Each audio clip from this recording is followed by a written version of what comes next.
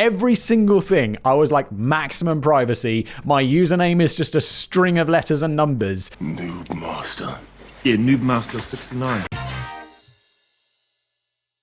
Today's video is brought to you by the legends over at Squarespace. More about them in just a bit. Hello everybody, welcome back to a brand new episode of Brain Blaze. I, as ever, am your host, Simon. Welcome. In this video, Kevin, occasional contributor, or my regular contributor to Brain... What's going on with this? Stop moving around. These days, Kevin has written me a script. I'm going to read it. Sam's going to edit it. It's what we do on this show. Let's jump in. What is it? Most disappointing products that never lived up to the hype. Oh, God.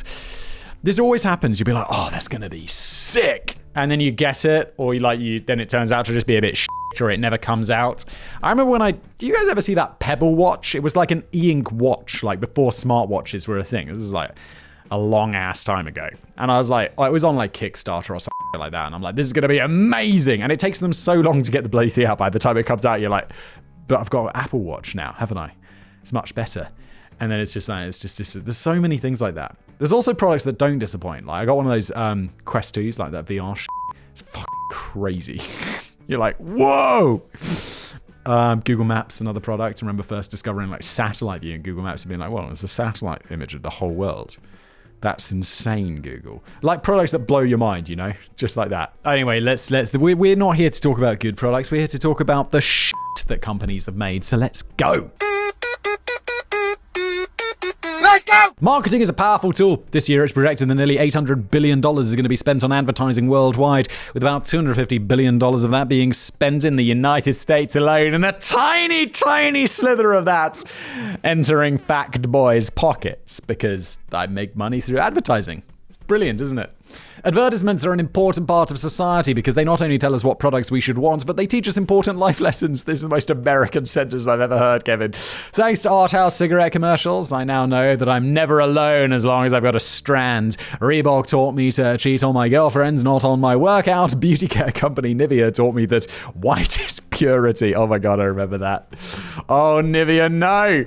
And I can tell you that the Sunglass Shack has been shit on faces since 2001. Wait, I don't get that one. What was that last one? Oh my God. Sadly, sometimes these advertisements promise more than the companies can deliver, but you already know that because you're an OGBB and know all about Theranos already. Of course, Theranos was built on a foundation of lies. Has she gone to prison yet? Wasn't she due to be sentenced soon? I haven't read that in the paper. So I guess it hasn't happened yet. I'm very curious to see what she gets because she's been found guilty of a bunch of shit, right? So now it's going to be like, how long are you going to prison for? It's going to be very interesting.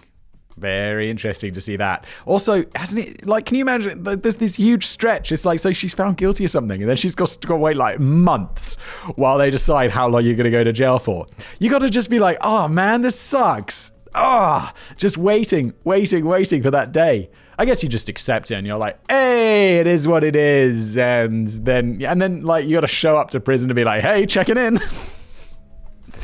Weird, man. Prison's weird. The American justice system with bail and is weird. It's the American way. Today, we'll be looking at real products that did not live up to the hype they generated. Hoverboards. Oh, God.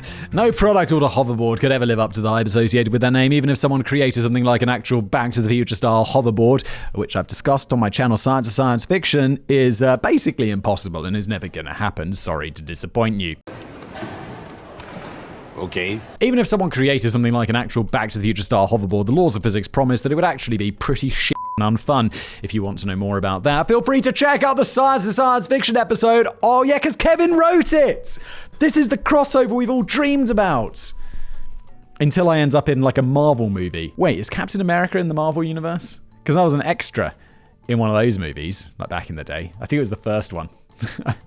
It's probably the only one I've seen. I've only seen one of them, and it was the one I was in. As an extra. I can't even see myself on the screen. Even though the balancing scooters known as hoverboards did not hover at all, they were actually shockingly popular. It was just a segway without the handlebars, but the creators also understood the limitations of their device. Rather than marketing it as a world-changing mode of transportation, hoverboards were marketed as a toy. It worked, and the hoverboard, which was invented in 2014, was the hottest toy of 2015. But despite they were so shit Why was this ever hot? But despite being so popular and moving millions of units, there was nary a hoverboard to be found under a Christmas tree in 2015, only 1 year after the product's introduction. So what went wrong? Well, they were shit, Kevin. That's what went wrong. This tastes like shit. That's because it is shit, Austin. Not only were hoverboards a disappointment on account of their use of wheels rather than magically flying, they also had a nasty habit of catching fire, or in some cases even exploding. It's like because there's loads of batteries in there. They're assembled en masse in some warehouse in China where it's like, I'm imagining like the safety standards are not super good. And yeah, that's what happens. Sorry.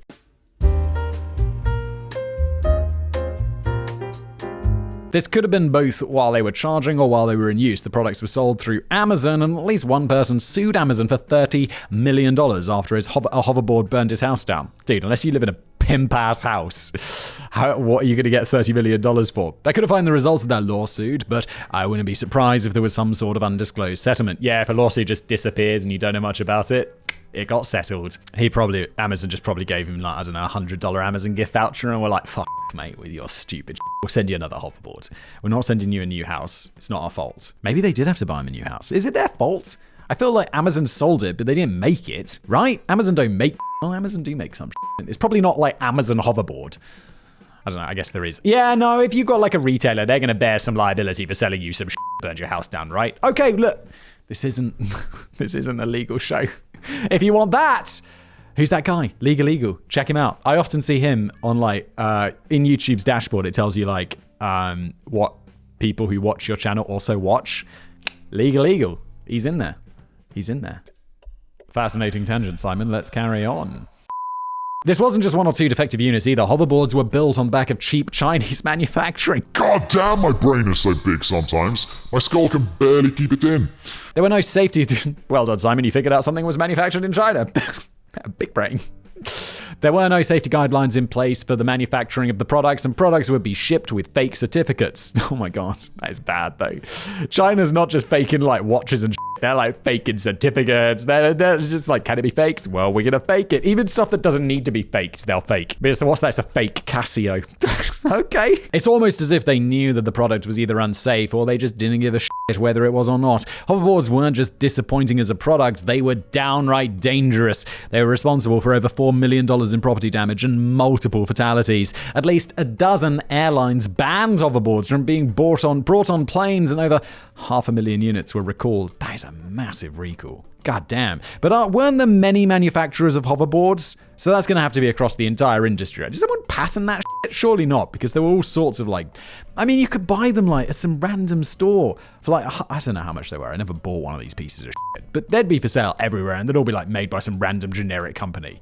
It's not like the Philips hoverboard. It is shit, Austin. But there will always be that segment of the population that believes that the more dangerous something is, the more cool it must be. It was sort of this attitude, the people who love fentanyl. It was this sort of attitude that resulted in authorities seizing thousands of hoverboards that were being smuggled across the border into Texas. We can only hope that authorities were so distracted by flammable toys being smuggled across the Mexican border that they didn't notice all of the cheap cocaine coming through. God damn. Wow, chips. The obesity epidemic in the United States is generally regarded as having begun in the 1980s. Snack giant Frito-Lay thought they came up with a perfect solution in the late 1990s. You see, people didn't want to be obese, but they also didn't want to stop eating garbage. God, it's a real catch-22. It's a real catch-22, Kevin. We came up with the same line. Oh my god, that's actually amazing. It's a real catch-22. Or so I imagine. I never actually read the book. I didn't come up with the rest of the line, but Kevin and I. God damn, big brains together. Kevin, does your brain fit inside your skull, or am I just the one who has a problem with that? It gets bigger when I pull on it. What if you can enjoy your favorite junk foods like Doritos without any of the fat? It probably wouldn't help that much since they're still loaded with complex carbohydrates and you'd undoubtedly just eat more of them. But you could lie to yourself that you were being healthier, and that is the most important thing. In 1998, Frito-Lay released their Wow brand of chips that were made using the fat substitute alestra. Instead of being cooked in oil, alestra couldn't be digested, which meant that consumers could enjoy the same great tasting products, but they'd be slightly less bad for you. Is this the one that makes you shit your pants? Like those Haribo bears. Like if you just eat this, it's just like you're going to soil yourself. sort of situation. At first, the product was a huge success. Wow Chips made $400 million in their first year as people were anxious to try out a allegedly healthier snack. Then they tried them and sales plummeted. It's because they're shitting themselves. I know this one.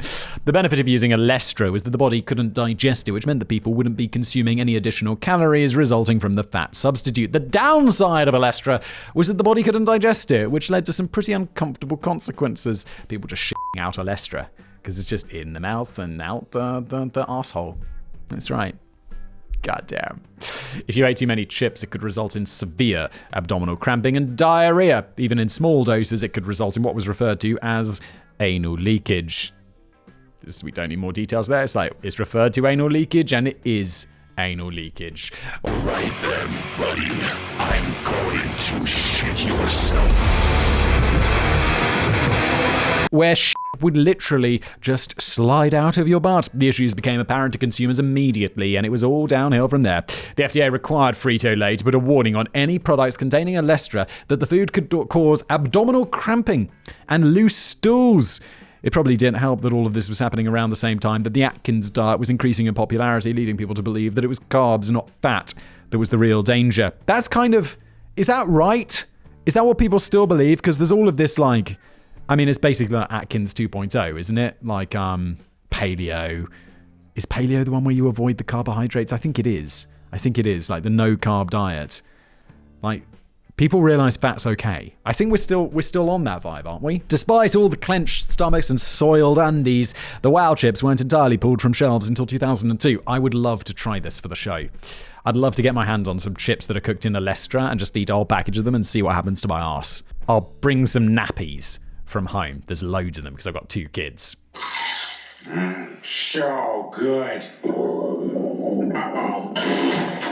Let me interrupt today's video to tell you about our glorious friends over at Squarespace, the sponsor of today's video. What is Squarespace? Well, it's the best place to build a website. Look, if you've got some idea in your head, you're like, oh my God, I've got this brilliant idea for a blog. Yes, let's go. Or I don't know, you want to set up a shop, you want to sell something. You could have a business. I don't know, you're a photographer. You're a wedding photographer. Wedding photographers always have beautiful websites. I bet they make them with Squarespace. I bet 90%. There's probably 10% out there who are like, I paid my mate Jeff $5,000 and he made me this website that looks just as good or if not slightly worse than a website you could make on Squarespace for, it's not $5,000 and you can get 10% off. I'll tell you about that right at the end. You know that was coming because you've seen this ad before. But look, whatever you want to make a website for, Squarespace is the place to do it. You head on over to squarespace.com. There's a bunch of templates. You choose one. You can even type in photographer and it will suggest ones based on that. Or blog and it will suggest ones that. Modern stuff basically, you just go over there. There's some templates. You choose one you like. You customize it. Boom. Basically done. You could do it in less than an afternoon. It's absurdly easy. You've heard me say this before. Just whatever you want to do, it's the place to do it. Or you want to sell some stuff online? Yeah. Squarespace. It's just how you should do it. It's just obvious. There's no better way. Plus, I don't know, maybe you want to have member areas. That's an additional feature. I know you got a special club, the Blaze Boys. I don't have that on my Squarespace website, but maybe I could. Does anyone want to become a Blaze Boy or girl? Blaze Boy or girl. But Blaze Boys, it would still be called the Blaze Boys because that rhymes. No, it doesn't rhyme. What's it got? It's got alliteration. Email campaigns, of course, collect donations, analytics, blogging tools, connect social media accounts. Everything you could ever want to do. So, all you need to do is go to squarespace.com, set up your website, test it all out, and then when you're ready to launch, you go to squarespace.com/blaze. And tell you what, you'll get 10% off your first purchase of a website or a domain, won't you? Brilliant! And thanks so much to Squarespace. Thank you. And now back to today's video. They were still pulling in $150 million annually off the products, but that's gross, not net revenue. And they're $1 billion company, so that's not great. They also had to pay Procter & Gamble to license alestra for their chips. The fact that they have refused to say how much they had to pay for the license has led people to believe that they were losing money on continued production of these chips. Oh my God, Procter & Gamble making out like a bandit, taking all of that money. Respect. Sadly, the theoretical healthier alternative to chips couldn't live up to the hype. However, the continued sales of Wow Chips provide a valuable lesson to be learned here for snack companies. There is a segment of the American population that would literally rather shit their pants than eat a piece of fruit. And not just the American population, but also this guy. The edsel. This is the Ford car, isn't it? Not the Ford Ka. The car, the tiny little weird looking car.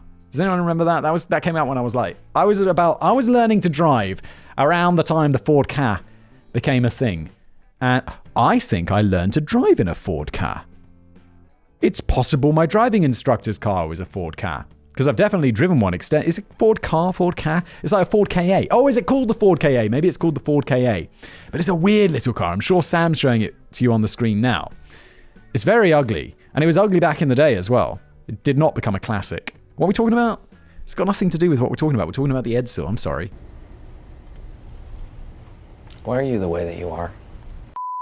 The edsel is one of the most notorious failures of all time, and the name has become synonymous with failure. I mean that very literally, as edsel is defined in the dictionary as a product that fails to gain public acceptance despite high expectations. And when it comes to expectations, Ford could not have set them higher. The company spent over $250 million designing, developing, and marketing the edsel. That's equivalent to over $2.6 billion today. Oh my lord. However, despite all of the money spent marketing the car, they didn't actually do any market research. Ford sank these massive amounts of money into the project because it never once occurred to them that it could fail. Not only did they run teaser ads in which the car couldn't actually be seen, they ran an hour-long TV special called The Edsel Show, hosted by Bing Crosby and featuring the likes of Frank Sinatra, Louis Armstrong, Bob Hope. I mean, I know Frank Armstrong. I know some of these guys. I don't know them all. I've heard of Bing Crosby, but I don't know. Is he a singer? I feel like he's a singer. Oh, America. The Edsel Show was nominated for an Emmy, which is more than we can say about the car itself. It would be a bit weird if a car was nominated for an Emmy, because that's to do with broadcasting. Heavily promoted and billed as the car of the future, the Edsel was a massive letdown. It had a lot of innovative features, but they were unreliable and not necessarily things anyone wanted. One of the innovations was the push-button transmission system. Rather than operating the clutch with your foot, there were 3 buttons for reverse, low, and drive. Wait, that sounds like an amazing... to go from, having to do the clutch and the thing to having automatic? That sounds incredible. These buttons were unfortunately placed in the center of the steering wheel, right next to where the horn was in every other car. Beep! Oh, shit! Sorry, my bad. Don't look at me, I'm sorry. I was just trying to change gear in my edsel. This led to many an angry driver going to slam on their car's horn to only accidentally throw the car into reverse. Oh yeah, that could also... be a thing. Everything about the car was wrong to the point that we could probably do an entire... Oh, okay, so there wasn't a horn next to it. Sorry, I misunderstood that there was buttons and then there'd be a horn right next to it. You could accidentally be pressing the horn. I'm an idiot. I apologize. My brain is now fully fitting inside my skull. Very well, comfortably, space to spare, to be honest. To the point where we could probably do an entire epic blaze just on the edsel. You pitching that, Kevin? Because that sounds quite good, to be honest. People hated everything about it, even the name. It was named after former Ford President Edsel Ford, even though current President Henry Ford II was strongly opposed to the idea. I'm not really sure what the point of being president of a company is if some asshole in R&D has power to overrule you. I was just gonna say, aren't you the president? And also, you're the grandson of Henry Ford, the Henry Ford. Founder of Ford, famous anti-Semite. Henry Ford. You'd be like, we want to call it the edsel. Nah. But we've done lots of research and we think, nah. But, nah. Why are you still in my office? You're fired! That's the benefit of being boss. No. Why are you still here? Stop it. Go away. It was not a good name for a car or honestly for a person, but it was at least better than other suggested names such as Utopian Turtletop and Resilient Bullet. Utopian Turtletop? Surely that's not a real name that they considered, Kevin. Is that really Utopian Turtletop? I don't know what that is. I can't even come up with a good joke for that because it's just so bizarre. Once the car was finally released, all of the issues suddenly became clear. Issues that could have been addressed if they had at any point done any sort of focus group or other testing to see how people would react. The cars were ugly and overpriced. They also shipped with frequent problems such as oil leaks, malfunctioning transmission buttons, and hoods and trunks that were stuck shut. Among the more notable design elements was the car's grille. The grille was originally designed to be sleek and classy, but doing so would have resulted in the car overheating. You know what a grille has to cool a car. Which means that latest generation of BMWs must have really hot engines, because what the fuck, BMW design department? What have you done to your vehicles? Holy shit. The engineers overhauled the original aesthetic design and created a large vertical grille so that the car would actually function. People immediately attacked the design, noting that the car's grille looked like a toilet seat, and there, right in the center of the grille, was the word edsel floating like the giant turd that it was. Facebook phones. Oh my god, I vaguely remember this, you know. Have you ever wished your weird uncle's QAnon posts would show up on your phone's lock screen so that you could stay up to date with the latest fake news and conspiracy theories? No, it's also what I've done on Facebook. Fuck Facebook, man. What a turd. And also, like, I'm one of these weirdos who is like, don't use Facebook, but think that the metaverse is definitely going to be a thing. Not because I think Mark Zuckerberg's version of the metaverse is going to be a thing, but I've got one of those Oculus 2s, and I'm like, I'm sorry, like all the people who hate on this and shit on it or whatever, but there is no f***ing way that is not a major part of the future. Whether it's Facebook or Meta, I don't know. Obviously, the metaverse is kind of like a bit of a joke and extremely memeable, but the technology that they are working on is unbelievable. Like, that is a massive part of the future. Watch this video in 10 years, 20 years, and I'm pretty confident that I'm going to be correct on that one. And all the people being like, metaverse isn't a thing, we're not going to be using virtual reality to talk to each other. I really think you're in for a surprise. Because we are. We are. It's going to happen. This was the promise of the Facebook phone. The HEC First was meant to be AT&T's flagship phone, and they had an exclusive contract to sell the product. The phone became known as the Facebook phone because it was the only phone to come with Facebook Home pre-installed on the device. Both AT&T and Facebook wanted to push the new phone as much as possible, ignoring the fact that they'd made a terrible product that nobody wanted. You gotta start with a good product. That's important. First, the phone itself, the HTC First, was fine. It was released in 2013, so the specs would look terrible by today's standards, but at the time it was using perfectly reasonable low mid-range hardware. Not really what a company like AT&T should want from its flagship product, but it was at least moderately functional. The real issue was Facebook Home. The software was basically just a different skin for the Android OS, one that put Facebook front and center. It dominated the phone's home and lock screens, making it clear that the developers felt that social media was the only reason any of us actually own a phone. If you weren't happy with the layout, well, tough shit, because unlike the normal Android OS, Facebook Home was borderline impossible to customize.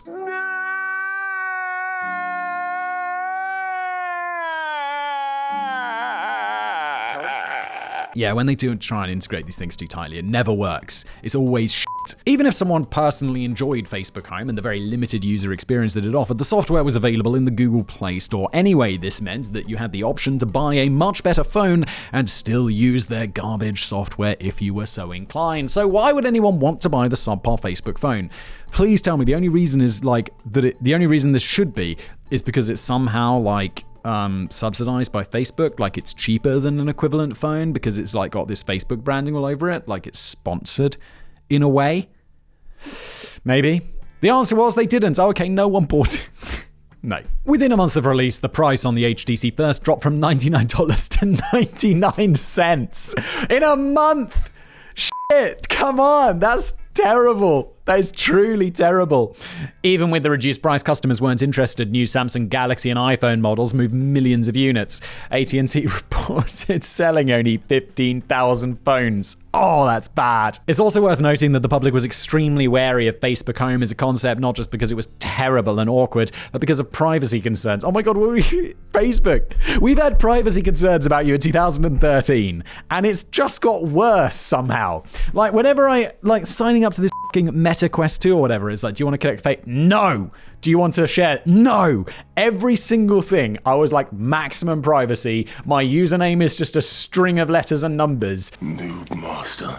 Yeah, Noob Master 69. And I'm just like, absolutely not. No chance, no chance, no chance. Do you want to share data? No. Do I want? Never. And that's what you should also do. Facebook already has more data than most people feel comfortable with, so why the hell would anyone opt into a product that gave the company complete access to everything they did on their phone? I don't know. It's a terrible idea. But people also there's that. It's not my joke. I've heard it somewhere. I don't know whose joke it is. But the CIA are you'd go back and tell some CIA operative in the 1990s who's developing technology to track people and stuff. It's like, don't worry about it. In 10 years, 20 years, people are going to be carrying around a device that has multiple cameras, microphones, GPS, and they're going to be putting all of their personal data into it. The CIA are be like, We've mastered brainwashing then. We finally brainwashed everyone to do what we wanted. It's just like, no, it's just the convenience of phones. God damn.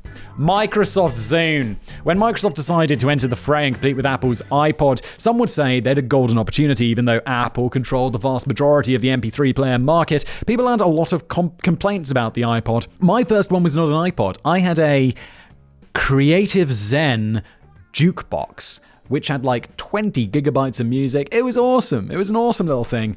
And then the next time I got was an iPod. I was like, yeah, it's just easier to use. It was just like the Creative Zen was great. But then the iPod was just better. I had one of those iPod Nanos for the longest time. 8 gigabytes of storage, so less, but it was incredible. That thing, I traveled around the world with it, had all my tunes in it. I wish I still had it today, because I'd love to grab the completely legally acquired music off that device, and you used to be able to sort by most listened to tracks. That would be some blast from the past shit, and I'd be into that. Microsoft could listen to these complaints and design the Zune to fill the needs that the iPad wasn't. They could have done that, but they didn't. The Zune was the first major MP3 player to have wireless capabilities. This meant you should be able to download music from the palm of your hand or wirelessly sync your device with your computer's music library. You should have been able to, but you couldn't. Instead, the wireless capabilities of the Zune were for one purpose and one purpose only: sending music to nearby strangers. That sounds illegal. It was the equivalent of airdropping dick pics on an iPhone, except instead of pictures of your cock, you could send them the hit Cannibal Corpse song, Necropedophile. Dude, what the f***, Cannibal Corpse? Who the f*** are you, and why would you write a song with that title, you sickos? Once a song was sent, you would have 72 hours to listen to it, but a maximum of three times, but that probably was 3 times too many. There was only one advantage that the Zune had over the iPod, which was that it had a built-in FM tuner so you could listen to the radio. Who the fuck listens to the radio? I was actually having this conversation with, I think it was my dad or my parents or someone, and I was like, who the fuck listens to the radio? And I was like, I listen to the radio. And I'm like, when? He's like, in the car or at home, I listen to Radio 4. I'm like, why? Why? There's podcasts where you could choose exactly what you want to listen to, and Spotify where you could choose exactly what you want to listen to. What are you up to, Dad? What are you up to, radio listeners? In case you haven't noticed, I'm weird. I'm a weirdo.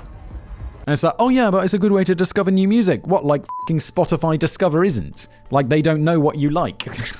They do, and it's crazy. I'll be listening to Spotify Discovery, I'll be like, wow, you guys know me. You know me. Even though Apple had put radio as one of the options on their menu, it didn't actually have radio capabilities. You had to buy a separate piece of hardware that plugged into your iPod if you wanted to listen to FM radio. What?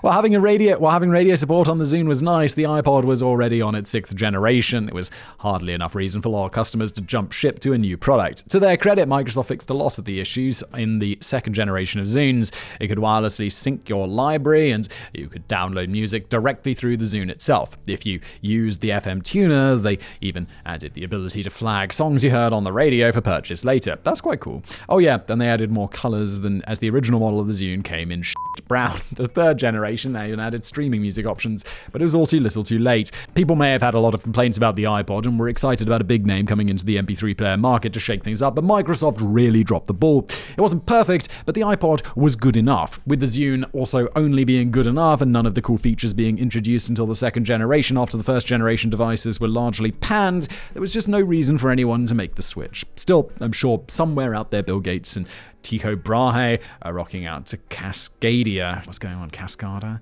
Who's Tycho Brahe? And what's Cascada? Together on their Zunes. Is this from some advert or something? I also feel like I've vaguely heard of Tycho Brahe, but I don't know who he is. But since I can't end the script on a deep cut that Simon is definitely not going to get, we are aligned today, Kevin. That's a little gay. Hold on. Here's one more entry, codename It. I did previously write about this for an episode of Side Projects, another channel ID, you can check it out if you want to, but I cannot think of a single product in my lifetime that failed to live up to the hype more than the product simply known as It. I was a teenager at the time, and the hype machine was in full gear when I came home from my 1st semester of college. I was working part-time during the summer at a grocery store, and every morning was the same thing. I'd show up at 7 a.m, and all of the old ladies that worked part-time as cashiers would want to talk about It. What was it? Was it really going to revolutionize the travel industry? When would we find out what it was? For months, it was the only thing that anyone wanted to talk about. The project had first leaked in January, when quotes in a book about it were leaked. The first part of the news was that the leak was from a book that Harvard Business School had opted to pay $250,000 for, despite having no idea what the product that the book was going to be about even was. What's going on? The second part was the names involved in the leaked quotes, names like Steve Jobs and Jeff Bezos. The quotes, which were leaked by the team developing the product, were absolutely glowing. There was even a quote from famed venture capitalist John Doerr, a man worth 11 figures. That's a lot of money. He said that the company was going to be the fastest company to reach $1 billion in sales. While he was a firm believer in the secret project, Bezos and Jobs were much more hesitant than the leaked quotes would have anyone believe. Jobs thought it was an amazing idea, but the product looked like shit. Bezos thought it was revolutionary, but no one would be allowed to legally use it anywhere. Jobs was closest to correct, as it was a idea that also looked like shit. Finally, the product that nobody could shut up about was finally revealed on Good Morning America on December the 3rd, 2003. I'm sure Simon has already let the cat out of the bag by now, but it was the f***ing segway! I was wondering what it was! Oh, yeah, no, Kevin, I'm sorry, I totally forgot about that, because I recorded that side projects video ages ago, mate, and it's in the eyes and out the mouth, you know how it is. The product made, I don't even remember what the product was, and it was like a minute, it was 30 seconds, 5 seconds ago. The product made it an astonishing 54 seconds after being revealed before it was already drawing shade. Less than a minute after pulling the curtain off the segway, Diane Sawyer asked the creator, I'm tempted to say that's it. But that can't be it. But that was it. As Segway inventor Dean Kamen started going through his sales pitch to the show's co-host Charles Gibson, Sawyer gave a look to someone off camera, possibly the producer, with a look that said, I'm going to end your career for bringing this idiot on my show. Everyone watching the show live could see a reaction. It's professional. And this was still less than 2 minutes after the disappointing motorized scooter had been revealed.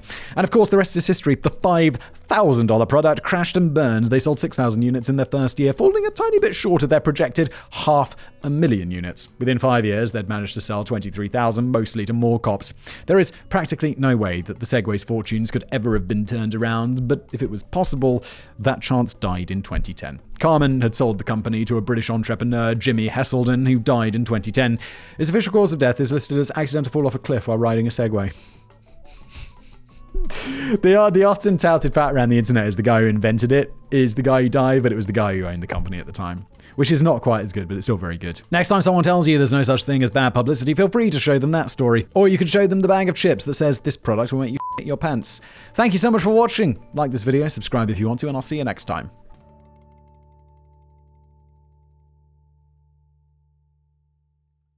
We don't need more details there. It's like, it's referred to anal leakage, and it is anal leakage. Right then, buddy. I'm going to shit yourself.